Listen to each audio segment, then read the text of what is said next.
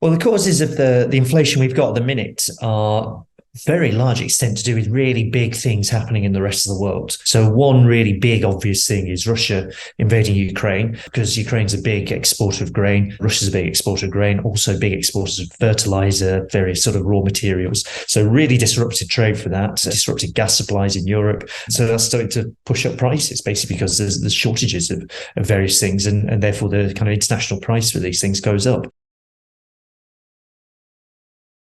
If you're looking at the inflation we have right now, this is big things in the rest of the world. It's Russia invading Ukraine. If you pay people less in Britain, it doesn't stop Vladimir Putin deciding he wants to invade Kyiv or something. It doesn't matter how much you pay people. That's not going to affect that inflation.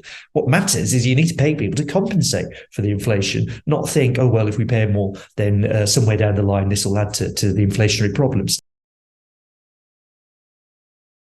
What you can do as government, if you're pulling on interest rates or trying to change tax rates or whatever, there's not necessarily very much you can do to actually get rid of that sort of inflation.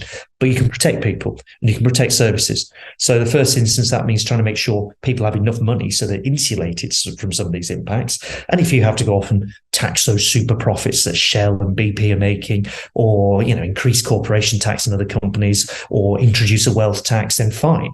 That's a redistribution that you should be doing anyway. And now you can do it to make sure that pensions, benefits, people's pay is actually protected against the impacts of this sort of inflation. So you want to protect people now by making sure they have the money to defend themselves effectively against these price rises. And then looking ahead, you want to invest in things that's going to reduce the price of essential things like energy into the future.